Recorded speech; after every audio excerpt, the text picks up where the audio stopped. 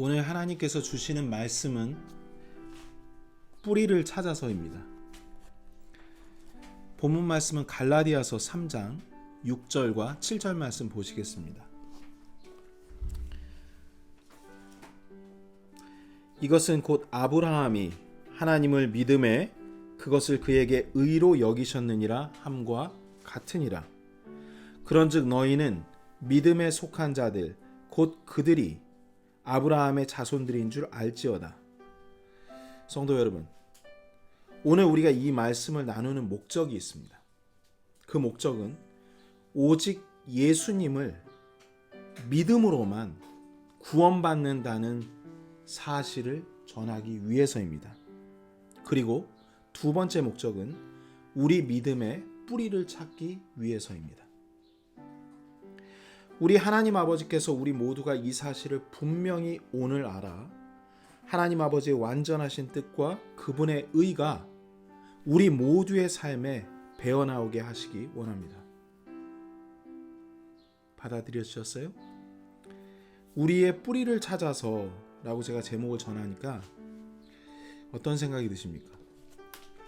마치 제목만 들어보면 단군이 고조선을 세운 단기 2333년부터 지금까지 우리나라 역사가 4355년의 역사가 됩니다.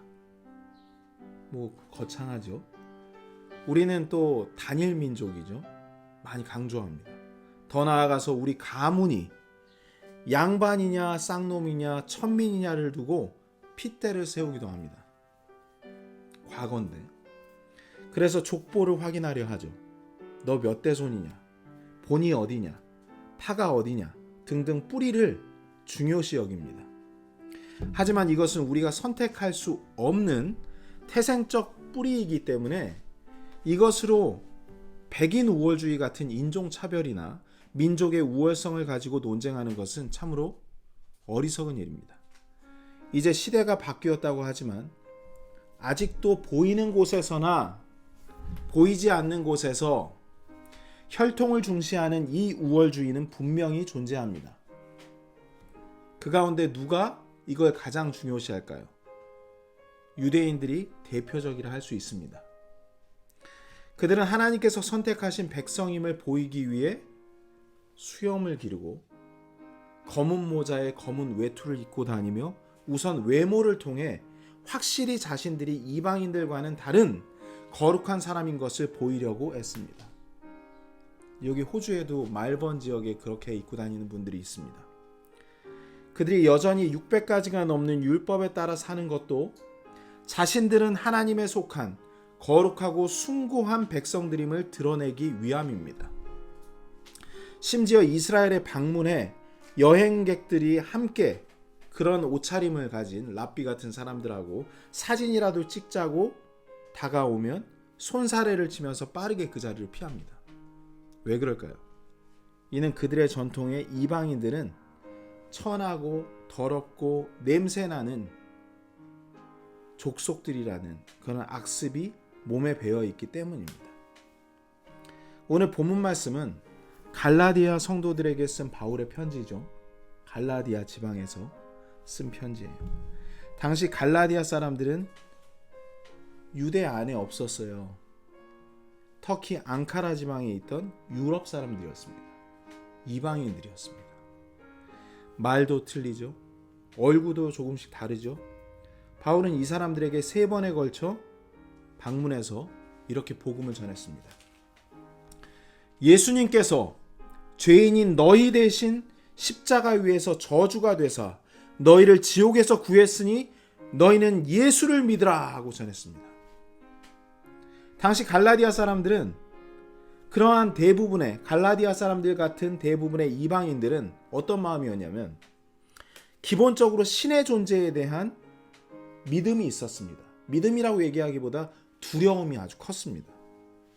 죄로 인한 억눌림, 지옥에 대한 막연한 두려움을 해결할 길이 없어서 누구나 할 것 없이 집에 신상들을 만들어 놓고 또 상상의 신들을 숭배하며 이 땅에서의 생사 화복뿐 아니라 사후 죽은 뒤에 자신의 영혼들이 지옥에 떨어지지 않고 좋은 곳에 가려고 각자만의 죄를 용서받는 끊임없는 반복된 행위의식들을 했습니다.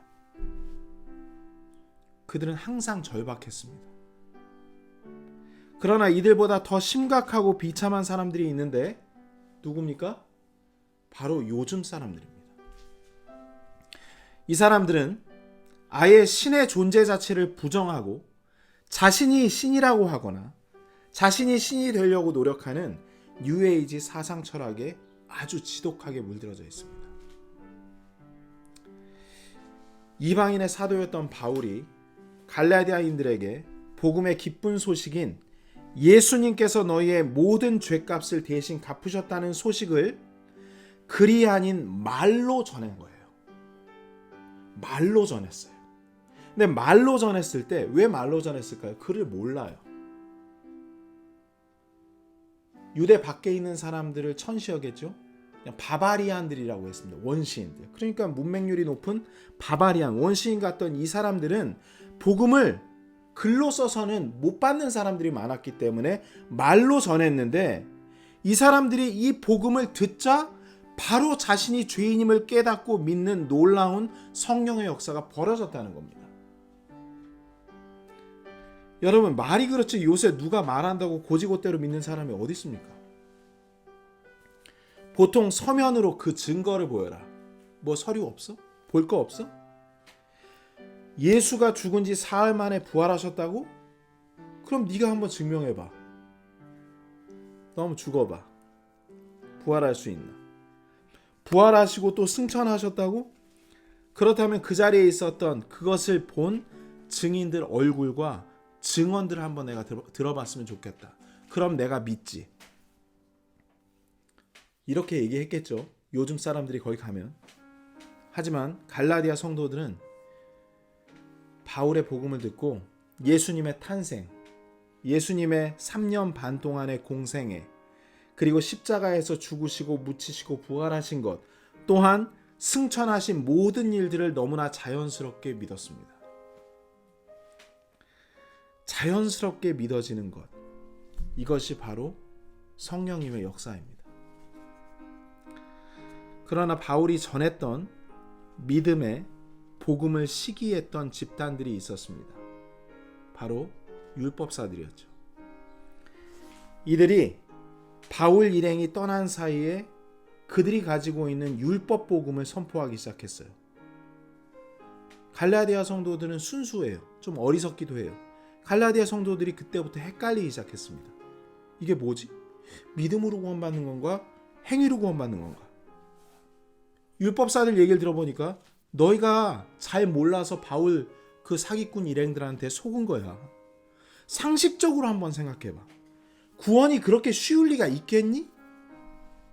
또 할례도 안 받은 너희가 어떻게 하나님의 구원을 받는단 말이야? 자격이 안 돼. 아예 기초부터 일단 기본 자격을 너희가 구원받기 위해 갖추려면 유대인들처럼 할례를 먼저 받아.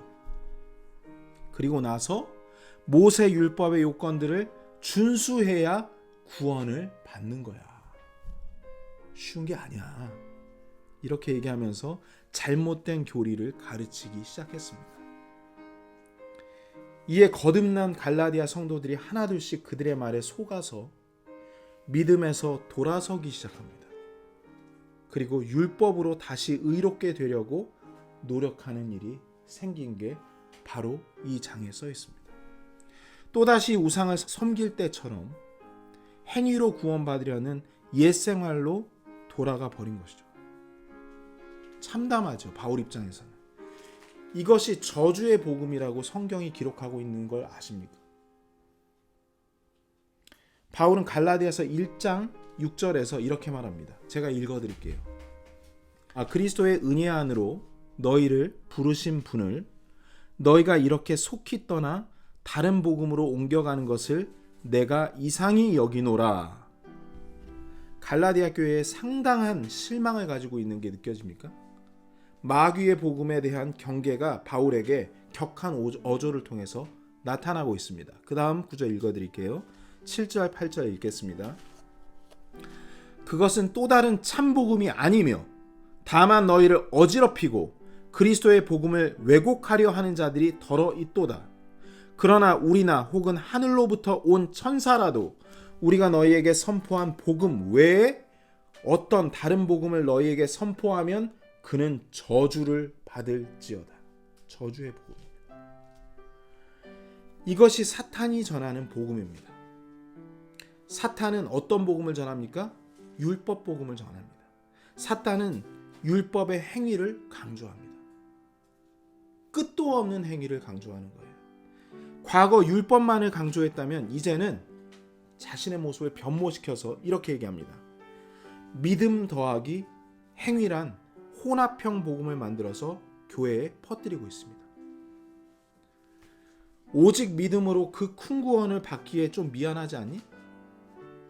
그러니까 조금만 도와봐. 미력하지만 너희들의 노력이 조금 더해져야지 구원받는 거야. 그래서 타협을 조장합니다. 제가 여러분들께 질문할게요. 구약 시대에는 어떻게 구원을 받았을까요? 여러분 어떻게 생각하십니까? 좋아요. 예수님 오시고 난 다음에 예수 그리스도를 믿어 우리는 믿음으로 구원을 받았습니다. 그러면 구약 시대 때는 어떻게 구원을 받았습니까? 하나님께서는 단 한 번도 행위나 율법을 통해 구원받을 수 있다 하신 적이 없습니다.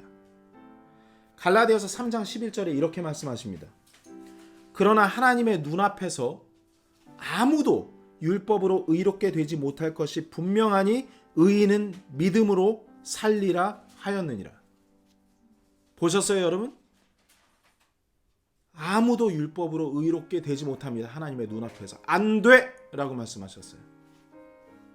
그러면 구약시대에 어떻게 얘기하셨는지 히브리서 11장 1절에 믿음으로 구원받는다는 답이 있습니다. 율법이 아니라 구약시대에도 믿음으로 구원받는다는 답이 있어요. 히브리서 11장 1절 말씀 보겠습니다. 너무나 유명한 말씀입니다. 이 말씀이 여러분 가슴에 죽을 때까지 영원히 남기를 원합니다. 이제 믿음은 바라는 것들의 실체요 보이지 않는 것들의 증거니. 이 말씀 많이 들어보셨죠? 이게 무슨 말씀입니까? 보이지 않는 것을 보이는 것으로 여겨라. 좀 더 구체적으로 보이지 않는 하나님을 보이는 하나님으로 모셔라 이겁니다. 그럼 구원받습니다. 히브리서 11장 6절은 부가에서 이렇게 말씀하십니다. 그러나 믿음이 없이는 하나님을 기쁘게 하지 못하나니. 이게 무슨 말입니까, 여러분? 하나님이 계시는 것을 보이지 않는 하나님을 계시는 것으로 보이는 것으로 믿으란 얘기죠. 그게 하나님을 기쁘게 한다는 거죠. 이게 구원의 첫 번째 마지막 요건입니다. 보이지 않는 하나님을 믿는 것. 계속 읽겠습니다. 자, 그러면 믿음이 없이는 하나님을 기쁘게 하지 못하나니. 그럼 어떻게 행동을 해야 되냐? 그분께 하나님께 가는 자는 반드시 하나님께서 계시는 것과 또 하나님께서 부지런히 자신을 찾는 자들에게 보상해 주시는 분이심을 믿어야 하느니라 이겁니다. 하나님이 계시는 것을 믿고 기도하고 하나님을 기다리고 소망하는 자들, 이 사람들이 한 번도 실수 안 하고 율법의 행위대로 넘어지지 않고 산 사람들이었겠습니까? 자주 넘어졌죠. 그러나 끝까지 하나님을 바라고 믿고 소망하는 사람들입니다. 이 사람들 지금 예수 그리스도를 믿는 거하고 뭐가 틀려요? 똑같죠? 하나님을 믿는 것과 예수 그리스도를 믿는 것은 하나입니다. 히브리서 11장 14절 16절 좀 더 구체적으로 확인해 보겠습니다. 구약시대 때 구원받은 사람들의 특징이 나와요. 14절 읽겠습니다. 그런 것들을 말하는 자들은 자기들이 본향을 찾고 있음을 분명히 나타내느니라. 16절에서 말합니다. 이제는 그들이 더 좋은 본향을 사모하니 곧 하늘의 본향이라. 그러므로 하나님께서도 그들의 하나님이라 불리는 것을 부끄러워하지 아니하시나니 그분께서 그들을 위하여 한 도시를 예비하셨느니라. 예수 그리스도께서 오시지 않았지만 예수 그리스도께서 오심을 바라고 소망하고 비록 오시지 않더라도 우리는 하늘에서 하나님을 만날 것이라고 하는 확고부동한 믿음을 가지고 있는 하늘 본향을 사모하는 사람들이 구원을 받았습니다. 구약 시대나 지금이나 믿음으로 구원을 받는 겁니다. 히브리서 11장은 믿음장입니다. 거기에 아벨, 에녹, 노아, 아브라함, 사라, 모세, 이삭, 야곱 등등 보이지 않는 하나님을 인정하고 섬겼던 자들, 곧 믿음으로 산 사람들이 구약시대에 구원을 받았다고 기록되어 있습니다. 넘어지고 쓰러져도 포기하지 않고 하늘 본향을 향해 걸어갔던 사람들 모두가 구원을 받았습니다. 쉽죠, 여러분? 그러니까 헷갈리시면 안 돼요. 주님은 한 번도 행위로 구원을 받을 수 있다고 말씀하신 적이 없습니다. 구약과 신약에 모두 믿음으로 구원받을 수 있음을 전했음에도 불구하고, 성경에서 이렇게 기록하고 있음에도 불구하고 너무나 통탄스럽게도 오늘날의 대다수의 교회들은 순도 100%의 하나님의 은혜로 구원받는다는 사실보다 사람의 열심으로 구원받을 수 있다는 메시지를 은근슬쩍 첨가해서 참복음처럼 위장하고 있습니다. 시간이 가면 갈수록 이 행위복음이 대세가 되고 있습니다. 너무나 쉽고 명쾌한 복음이 무엇입니까, 여러분? 믿음으로 구원받는 것입니다. 우리는 죄 많은 누더기 같은 사람이지만 예수 그리스도를 구원자로 믿기만 하면 구원받는다는 이렇게 쉽고 감사한 은혜의 복음을 기뻐하며 나누려는 사람들을 여러분 얼마나 자주 만나보신 적이 있습니까? 있으세요? 너무 기뻐가지고 전하지 못해서 안달이 날 정도로 이거 아세요? 이거 아세요? 예수님만 믿기만 하면 구원받아요. 우리 하늘 가요. 이렇게 얘기하는 사람들 자주 만나보신 분 있어요?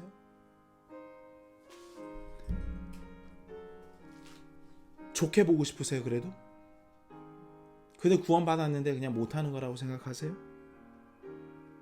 안타깝지만 너무나 찾아보기 힘든 세상입니다. 여러분, 이건 많은 교인들이 은혜의 복음, 이 믿음의 복음에 대해 부분적으로 알고 있거나 구원의 확신이 없기 때문에 일어나는 현상들입니다. 사람은 자기가 좋은 것을 발견하면 소문내고 싶어 합니다. 이게 본능입니다. 누군가가 커뮤니티에 콜스, 예를 들면 홈플러스, 전품목 40% 할인 쿠폰을 받을 수 있다는 정보를 올리면서 곧 행사가 마감되니까 어서 서두르라고 글을 올렸다고 생각해 봅시다. 어떻게 될까요? 전품목 한정 판매, 오늘 40% 몽땅 다 할인. 아마도 하루가 지나지도 않아서 거의 대부분이 이 뉴스를 알고 미어 터질 겁니다. 그렇지 않을까요? 근데 이게 50% 이상 혜택이 되면 너도 나도 그 혜택을 보려고 그 사이트가 아마 마비가 될 겁니다. 여기 막 경찰들 줄 서고 그럴걸요? 사실이기 때문에. 만약 100% 공짜라면 어떤 일이 생길까요? 모두가 다 전부 다 공짜예요. 여기 포인쿡 에어리아에 있는데 다 공짜예요. 어떤 일이 생길까요, 여러분? 순식간에 내가 아는 모든 사람한테 흥분을 해가지고 전화하고 절대 이 기회를 놓쳐서는 안 된다고 말하지 않겠습니까? 이렇게 하시는, 흥분돼서 좋아하시는 분들의 공통점이 하나 있는데, 그건 자기가 먼저 그 혜택을 누렸다는 것입니다. 당연히 자기가 먼저 경험했으니까 100% 확신을 가지고 자신 있게 너도 해봐, 너도 와봐, 이렇게 말하는 거 아니겠습니까? 아무리 내성적인 사람이라도요, 자기가 제일 친한 사람한테는 웃으면서 이거 있잖아 하면서 얘기합니다. 그래요, 안 그래요, 여러분? 복음 한번 생각해 보세요. 구원 받았으면 참기 너무 힘듭니다. 복음을 안전한다는 게 이게 너무 힘든 거예요. 전할 수밖에 없는 거예요. 여러분이 한번 가봤는데 기억에 남을 정도로 맛있고 깨끗하고 서비스 좋은 식당을 경험했어요. 비록 음식값 할인이 전혀 없다 해도 자신 있게 광고하고 다니지 않겠습니까? 너무 특별한 경험이면. 여러분, 아무 대가 없이 광고하는 거, 이게 전도하는 것과 뭐가 다릅니까? 예수님 당시 예수님의 기적을 받거나 놀라운 메시지를 들은 사람들은 예수님께서 메시아인 것을 확신했습니다. 그리고 예수의 복음은 빠른 속도로 온 유대와 사마리아 전역까지 뻗어나가게 됐습니다. 왜 시들지 않고 쭉쭉 뻗어나갔을까요? 그것은 이 복음이 루머가 아니라 팩트, 사실이었기 때문입니다. 그리고 그걸 경험한 사람들이 점점 늘어났기 때문입니다. 이 사실은 바울을 통해 갈라디아와 소아시아 그리고 유럽 전역까지 알려지게 되었습니다. 바울은 그들이 아끼고 존경하는, 유대인들이 정말 아끼고 존경하고 숭배하는 사람이 있어요. 숭배는 좀 뭐하지만 자랑스럽게 생각하는 분이 있어요. 이스라엘의 시족. 누구입니까? 아브라함입니다. 근데 뜬금없이 바울이 갈라디아 이방 사람들한테 아브라함 얘기를 꺼내요. 그렇게 얘기하면서 사실은 너희들의 뿌리가 아브라함이야 라고 하면서 얘기합니다. 그게 본문 오늘 3장 6절 7절에 나오는 거예요. 오늘 읽은 거예요. 뭐라고 얘기해요 거기서? 아브라함이 하나님을 믿어 의롭게 된 것처럼 믿음에 속한 자들이 아브라함의 자손이라고 말하지 않습니까? 여기까지만 해도 설마 이방인이 아브라함의 자손이 될 수 있는 것에 대해서 아마 갈라디아 성도들은 반신반의 했을 겁니다.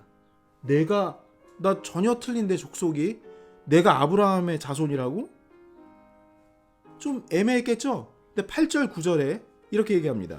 8절 9절을 통해 아브라함은 육체적 유대인들의 조상이 아니라 이방인을 포함한 모든 믿는 성도들에게 조상이 된다는 것을 밝히 바울이 말하고 있습니다.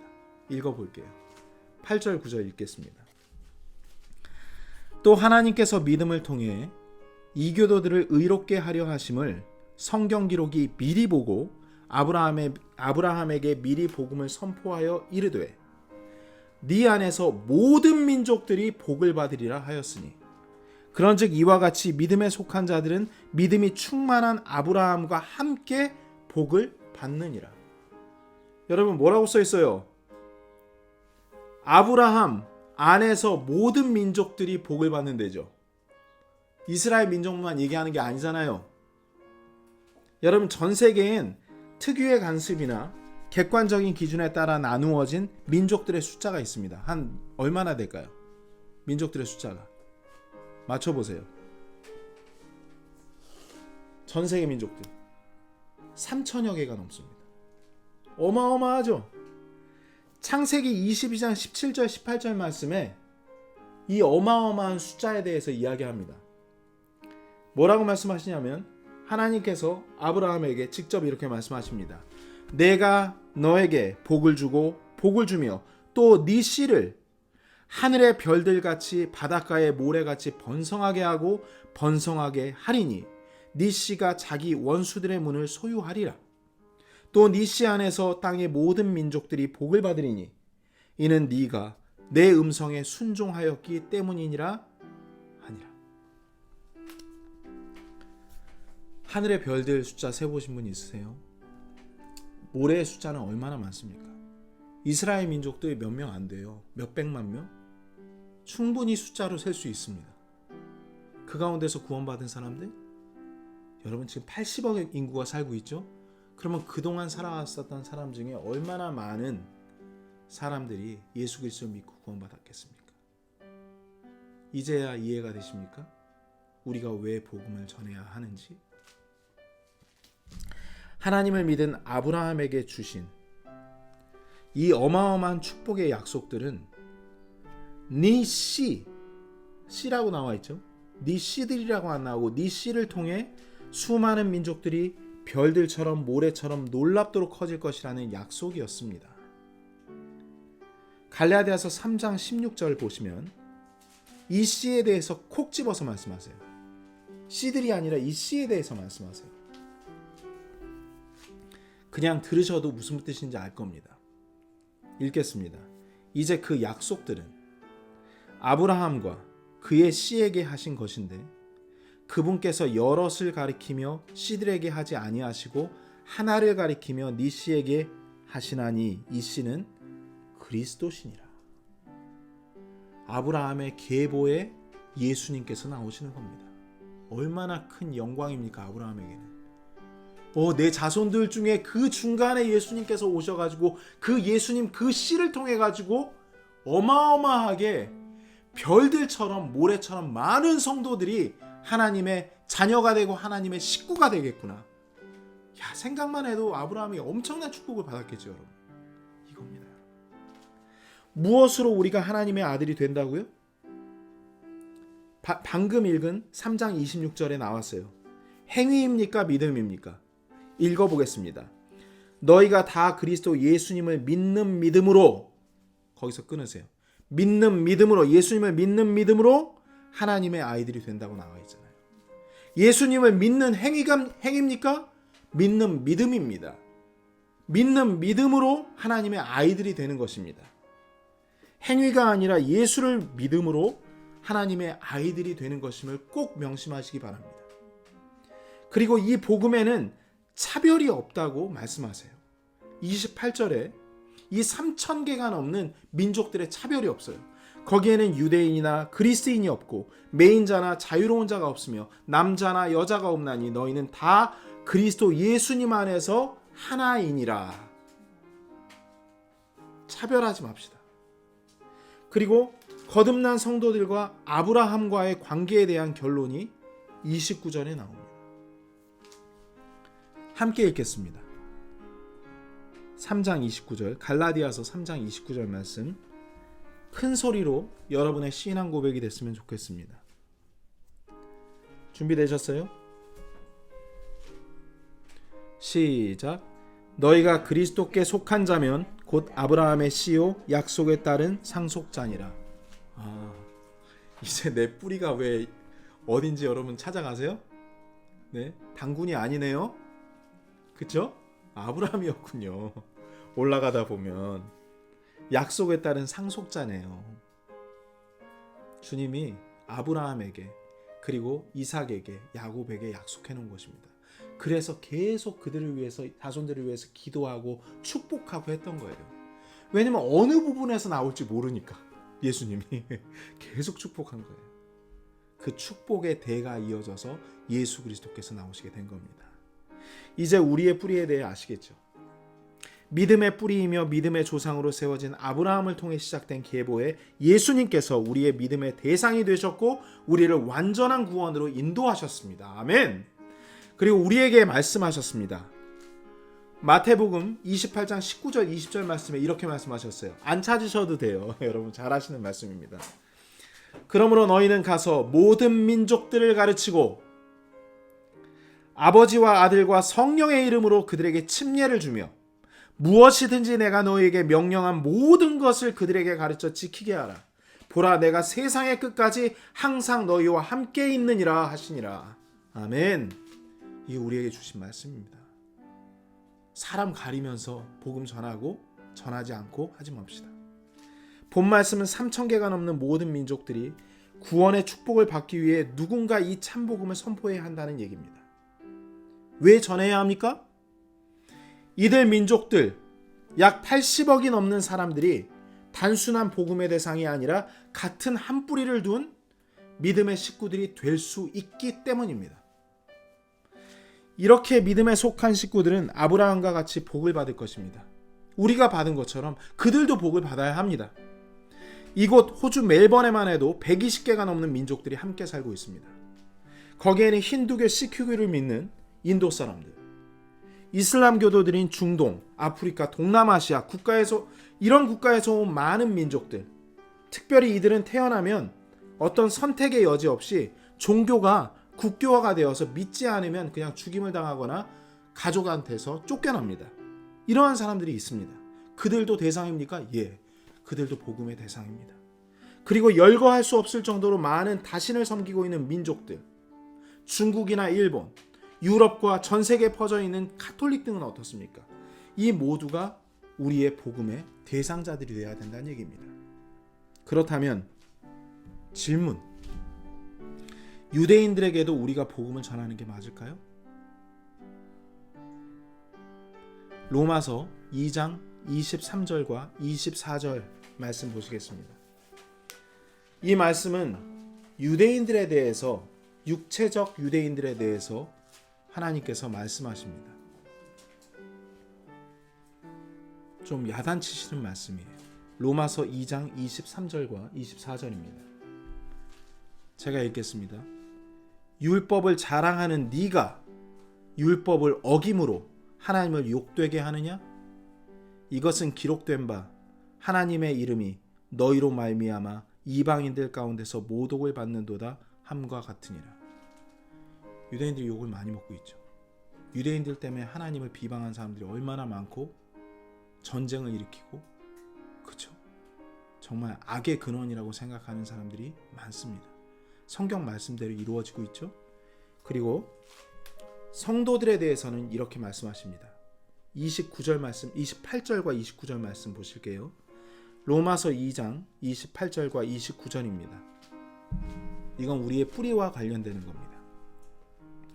이는 겉으로 유대인이 유대인이 아니요 겉으로 육체 행하는 할례가 그 할례가 아니기 때문이니라. 오직 속으로 유대인이 유대인이요 할례는 글자 안에 있지 아니하고 오직 글자 안에 있지 아니하고 영 안에 있는 마음의 할례니라. 이런 사람에 대한 칭찬은 사람들에게서 나지 아니하고 하나님에게서 나느니라. 사랑하는 성도 여러분, 우리는 예수님의 아내이면서 믿음에 있어서는 예수 그리스도를 믿어 아브라함의 자손으로 접붙여진 자들임을 보셨습니다. 믿습니까? 그리고 영적으로는 유대인입니다. 유대인으로서 하나님을 섬기는 자녀들입니다. 이 놀라운 축복들은 나의 노력과 열심에서 나온 것이 하나도 없습니다. 오직 내가 한 일은 나의 죄를 대신하신 구원자 예수님을 믿은 일 뿐입니다. 오직 믿음을 통해 모든 것을 받았으니 우리 인생에 감사가 넘치도록 해야 합니다. 어떻게 해야지 감사가 넘칩니까? 잘못된 복음을 경계하고 참 복음을 전달해 줘야 하는 겁니다. 이 영광스러운 복음을 맡았으니 복음을 통해 하나님께 영광 돌리며 살아야 합니다. 우리가 값없이 받은 이 기쁜 소식과 축복의 상속 유업들을 모두에게 담대히 전파할 수 있도록 기도해야 됩니다. 우리 아버지께 기도해서 우리 입을 열어 역사하시도록 항상 깨어 기도하는 성도가 돼야 마땅한 것입니다. 이것이 우리 주님께서 맡겨주신, 오늘 전달해 주신 그 목적임을 여러분들께서 분명히 알고 한 주간 살아가시기 바랍니다.